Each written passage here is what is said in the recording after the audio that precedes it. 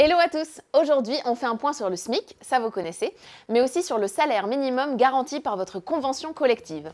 Vous voulez en savoir plus? Restez avec moi! Salut, moi c'est Kate. Vous êtes salarié du particulier employeur ou vous travaillez dans une TPE, une entreprise de moins de 11 salariés? Vous avez des droits et ils doivent être respectés. Je vous explique tout. Tout le monde devrait pouvoir vivre dignement de son travail. Mais comment y arriver quand les prix augmentent, les salaires stagnent et les inégalités perdurent, notamment entre les salariés des TPE et des grandes entreprises? L'État garantit un salaire minimum à tous les salariés.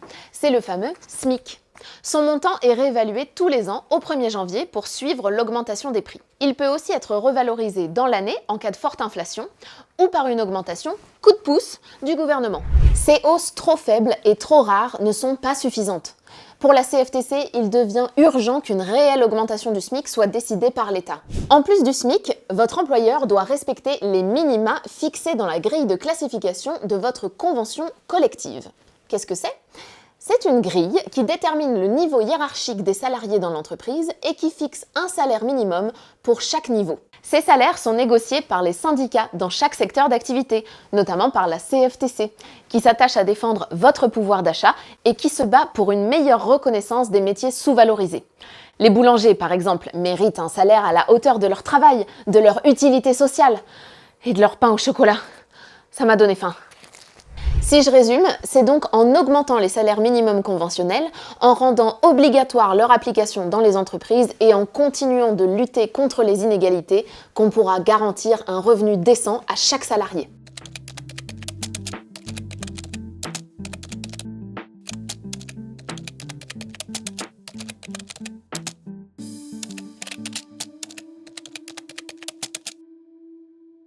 Hello à tous! Comme de nombreux salariés, il vous arrive peut-être de faire des heures supplémentaires à la demande de votre employeur. À quoi avez-vous droit en contrepartie? Dans les TPE où le rythme de travail est souvent soutenu, un salarié effectue en moyenne 80 heures supplémentaires par an. C'est au moins 2 fois plus que dans les grandes entreprises. En France, la durée légale du travail est fixée à 35 heures par semaine. Au-delà, chaque heure travaillée est décomptée comme une heure supplémentaire. Votre employeur est alors tenu de vous accorder une contrepartie, un repos compensateur, histoire de souffler un peu, ou une majoration de salaire. Votre heure sup est mieux payée qu'une heure normale. Selon votre convention collective et le nombre d'heures sup que vous faites dans la semaine, vous pouvez être payé 50% de plus, 25% de plus ou seulement 10% de plus, le minimum prévu par la loi. La CFTC réclame une majoration minimale de 25% dès la première heure supplémentaire pour tous les salariés. Les heures sup, c'est souvent le seul moyen d'arrondir les fins de mois. Ça met un peu de beurre dans les épinards, comme on dit. Mais vous trouvez ça normal, vous, de devoir accumuler les heures supplémentaires pour atteindre un revenu décent ?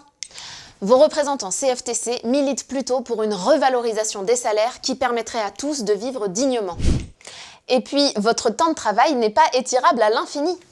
Votre employeur ne peut pas vous faire travailler plus de 10 heures par jour, 48 heures par semaine, heures sup comprises. Et c'est valable aussi pour les secteurs soumis à des horaires décalés. Vous me voyez venir, pour les serveurs, la CFTC réclame des horaires plus stables et un meilleur partage des services le week-end. Comme ça, chacun pourra régulièrement bénéficier d'un dimanche de repos bien mérité. Vous l'aurez compris, la revalorisation des heures supplémentaires et surtout des salaires est un impératif pour bon nombre de salariés. Tout comme l'encadrement du temps de travail, car il en va de votre santé. Vous travaillez dans une entreprise de moins de 11 salariés? En novembre 2024, vous pourrez voter CFTC aux élections des très petites entreprises.